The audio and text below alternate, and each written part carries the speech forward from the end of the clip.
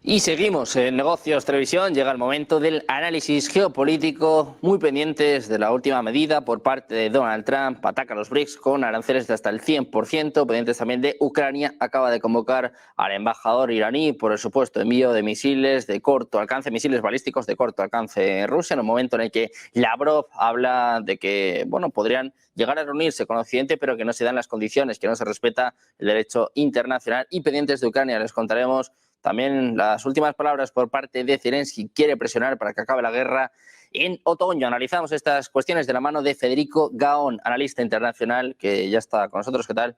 Muy buenas, Federico. Buenas tardes. Hola, ¿qué tal? Buenas tardes. Muy bien, encantados de tenerte por aquí, pendientes ya todos de las elecciones en Estados Unidos, a unas horas del debate presidencial. Donald Trump, pues sigue en este caso protegiendo al dólar. Dice que aquellos que intenten desdolarizar su economía se van a llevar aranceles del 100%, un ataque directo a los BRICS. Quiero saber qué piensas de esta medida y sobre todo cómo puede afectar a la alianza. Bueno, primero que nada hay que entender esas declaraciones dentro del contexto de la campaña electoral estadounidense, ¿verdad? Por supuesto, no sería la única vez en donde Donald Trump, como candidato, hace declaraciones sensacionalistas a efecto de ganar votos, recordando que él sigue insistiendo en esta necesidad de proteger la industria manufacturera estadounidense y precisamente difunde esta narrativa de que Estados Unidos está perdiendo porque le están ganando la partida China, Rusia y otras economías emergentes, ¿no es cierto? Lo interesante sería analizar qué sucedería si en efecto llega a ser presidente. Porque, a ver, en rigor, dejando de lado las diferencias ideológicas entre demócratas y republicanos, ambas administraciones, la de Trump y la de Biden actualmente, han sido bastante proteccionistas en lo que tiene que ver con lo económico. No han habido muchas diferencias sustanciales en ese campo, si bien la retórica puede resultar diferente, ¿verdad?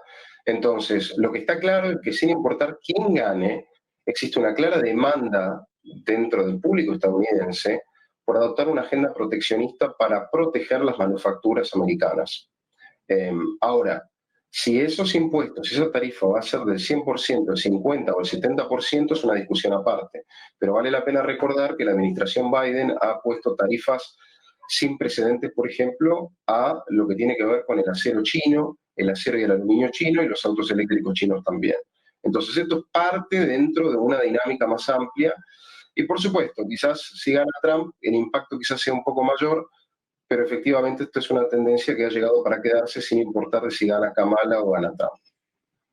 Bueno, pues muy pendientes de este tipo de medidas, este tipo también de declaraciones, como bien decías, Federico, marcadas en la campaña presidencial. Te quiero preguntar por otro que prácticamente también está metido ya en la carrera presidencial, en la carrera electoral, después de la crisis que tuvo lugar la semana pasada en Alemania, después de las victorias de AfD en Turingia y en Sajonia. Olaf Scholz empieza a cambiar su postura, también su tono, hablaba de la investigación en torno al sabotaje del Nord Stream y ojo porque además decía que igual Ucrania tiene que empezar a conceder ciertos territorios a Rusia, que es el momento de una negociación de paz y que es el momento de que Rusia esté en la mesa. Alemania, pues que lleva mucho tiempo sirviendo, ¿no?, a Estados Unidos, lleva tiempo callada, ahora parece que cambia de postura, cambia al menos de tono. Quiero saber qué opinas de estas palabras, de este movimiento por parte de Olaf Scholz.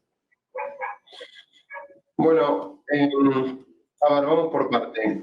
Dentro de lo que yo tengo entendido, claramente Scholz, entendiéndolo como un representante del mainstream político alemán, se encuentra presionado, se encuentra en un apriete, porque evidentemente lo que comúnmente se denomina como la extrema derecha en Alemania o en Europa, yo no me quiero meter en esa controversia de los términos, ¿no? Pero lo que sí es cierto es que esa derecha contestativa está alcanzando una predominancia que antes no tenía. Y ningún político convencional quiere ser recordado por la historia como el hombre o la mujer que permitió justamente el avance de aquellos llamados de extrema derecha. Entonces, claramente, el público alemán o gran parte del electorado alemán es indiferente frente a la guerra, en tanto le preocupan los precios de la energía en Alemania, el impacto que eso puede tener en la inflación.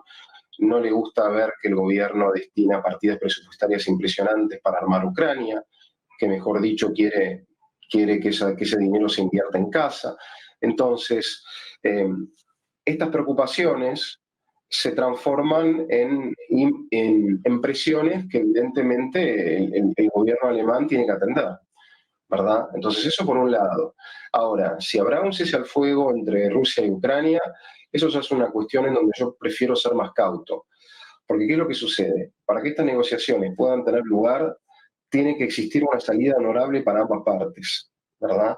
Eh, la supervivencia del régimen de Putin en Rusia en estas alturas me parece a mí, quizás estoy equivocado, que está enteramente vinculado con el desarrollo de la guerra y con la capacidad que tenga Rusia de salir bien parada. Si como resultado de un cese al fuego Rusia sale mal parada y Putin se ve humillado internamente dentro de casa, eso podría proveer la munición que los extremistas rusos necesitan, porque a veces Putin es visto como un extremista, pero los observadores se olvidan de que hay conservadores mucho más fuertes que él. Bueno, si Putin está en una situación endeble, eso podría proveer la excusa que ciertos militares y círculos necesitan para removerlo del poder. Entonces eso es fundamental. Si esas condiciones no están dadas desde un punto de vista pragmático, en donde tanto ucranianos como rusos puedan de alguna manera venderles a su pueblo de que salieron ganando, esa posibilidad de cesar fuego yo la veo bastante remota, por lo menos en estas alturas. Bueno, pues precisamente en este contexto, ¿no?, de supuestas negociaciones, de un posible alto el fuego en algún momento, decía Zelensky, bueno, que hay que presionar para conseguirlo antes de otoño, algo que, bueno, parece cada vez más complicado también al tenor de la incursión en Kursk, pero hoy precisamente hablaba sobre este asunto Sergei Lavrov, el ministro de Asuntos Exteriores, que, bueno, volvía a incidir en que Occidente solo quiere infligir una derrota estratégica a Rusia y decía que estas condiciones, estas negociaciones, solo se harán cuando las condiciones sean adecuadas, ¿no? Hablando, bueno, pues primero de reconocimiento de los territorios ya conquistados y hablando también de que se debe respetar el derecho internacional, algo que, bueno, llama la atención. Decía Lavrov que en Ucrania no se está cumpliendo, pero que o sea, como que en Oriente Medio no se está cumpliendo, pero que de Ucrania no se dice nada. Bueno, sí, siempre es curioso cuando Rusia acuse que los demás están violando el derecho internacional. Son esas típicas paradojas de esas hipocresías que se dan muy a menudo en este campo de la política global, ¿verdad? Lo cierto es que yo no creo que haya buenos ni malos, o que por lo menos depende de cómo uno mire el asunto. Evidentemente, si uno se posiciona desde el punto de vista de la autodeterminación ucraniana, es innegable que los ucranianos están peleando por la defensa de su país y garantizar su independencia.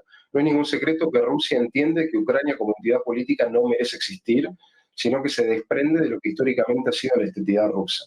Entonces, claramente aquí hay un debate eterno, si lo hay, entre autodeterminación y soberanía. Ahora, quién tiene razón y quién no depende de la posición en donde uno se pare.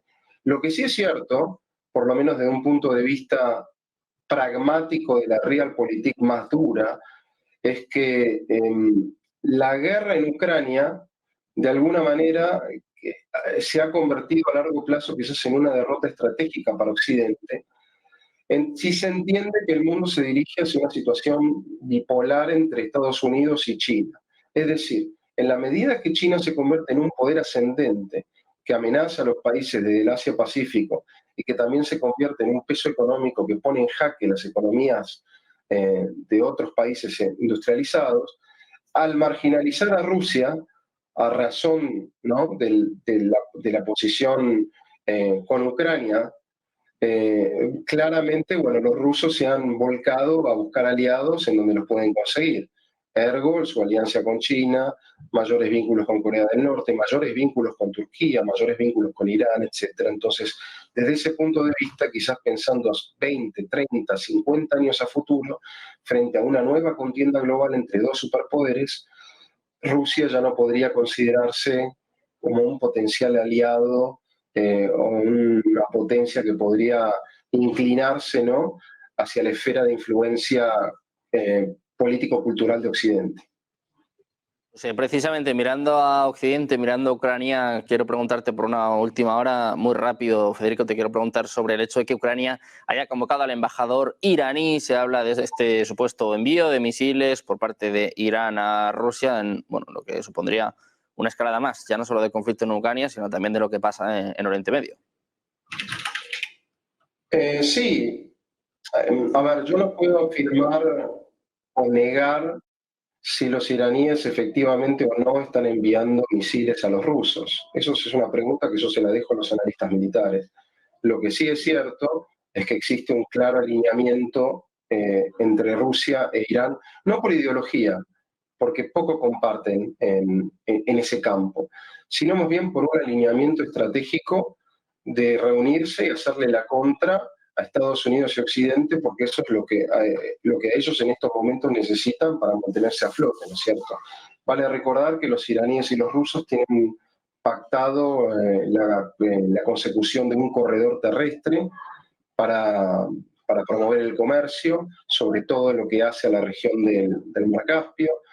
Entonces, ese intercambio tecnológico y ese intercambio estratégico necesario entre ellos en vista de las sanciones estadounidenses, bueno, me parece que hace que sea razonable precisamente de que los iraníes traten de mandarle tecnología militar a los rusos y viceversa, porque los iraníes están preocupados por retaliaciones israelíes y necesitan sistemas de defensa rusos y potencialmente cazas aéreos rusos, cazas rusos también.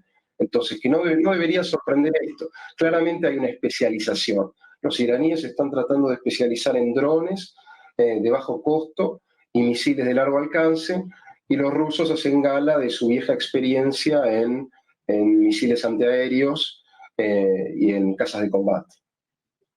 Bueno, pues muy pendientes de Rusia y de Irán, de esta alianza que se ha forjado y que bueno, está amenazando en este caso sobre todo a Occidente, ¿no? Sobre todo a Estados Unidos. Muchísimas gracias, Federico, por estar con nosotros. Un placer tenerte por aquí. Muchas gracias. Muy buen día. A ti, gracias a ustedes. Nosotros vamos a seguir al pie del cañón informándoles, mirando a la actualidad nacional, internacional, geopolítica, económica. Una pausa, unos minutos. Seguimos con la mejor programación en Negocios Televisión.